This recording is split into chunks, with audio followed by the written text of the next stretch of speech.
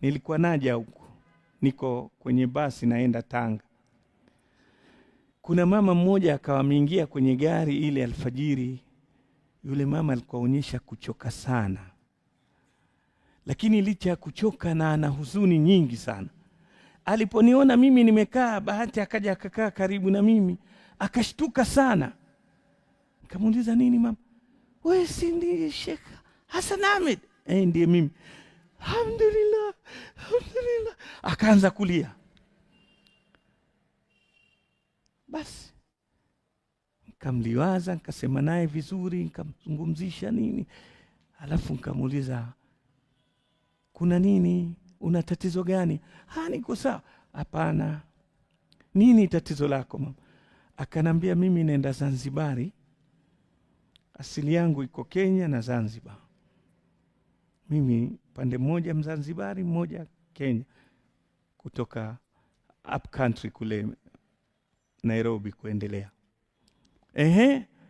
Asema, nina mtoto wangu amehifadhi Qur'ani, lakini hivi ninavyokuambia amenitumia message jana kwamba ameritadi.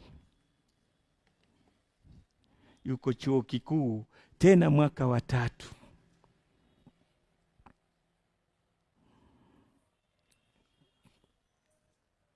Sasa nimeshindwa, hili jambo limekuwa kubwa sana. Nenda nalo kwa jamaa zangu, hebu maana kimi najisikia kufa. Mimi nitakufa mimi. Namwambia, wewe utakufa kwa siku zako.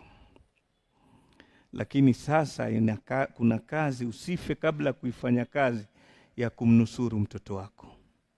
Wewe wajipenda, wewe wampenda mwanao. Nampenda mwanangu zaidi. Basi usife kwanza, mwokoe mwanao alafu ufe.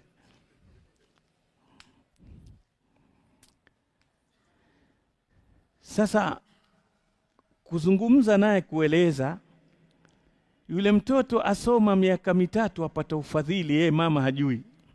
Kwa sababu mtoto tuasema mtoto wa kike enough matured, ameenda uko zake, anaishi chuo kikuu.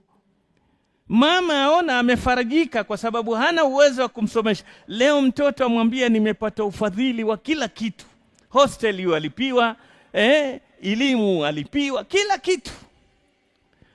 Kumbe wale wanaomlipia waliyafiha maaribu ukhra. Sasa hizi ndizo hali zinaendelea katika vyuo vyetu.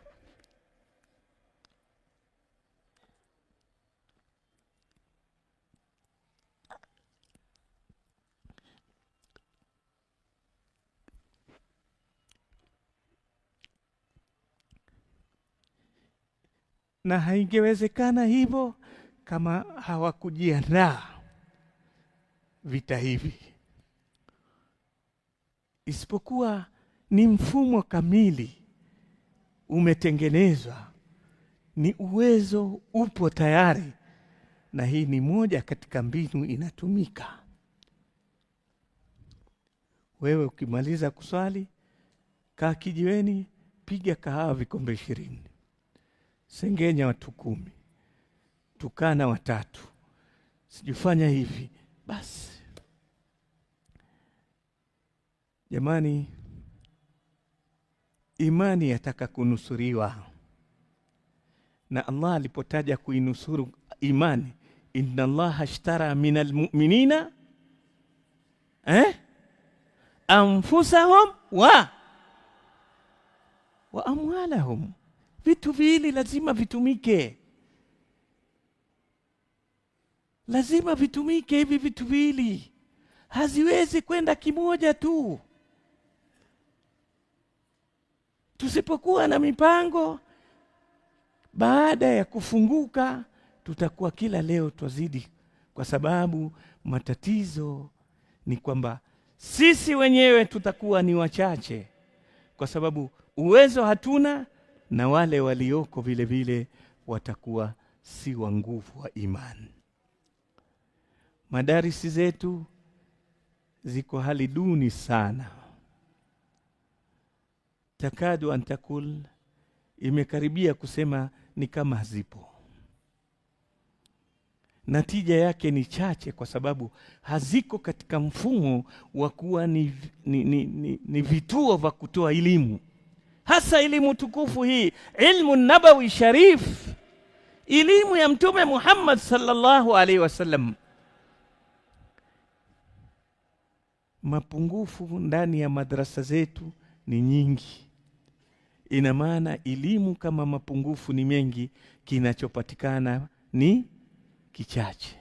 Sasa huyu hatumwandai kuwa na imani kubwa, huku hatuna uwezo wa kupambana na wimbi linaotutoa kwenye nini? Hatari.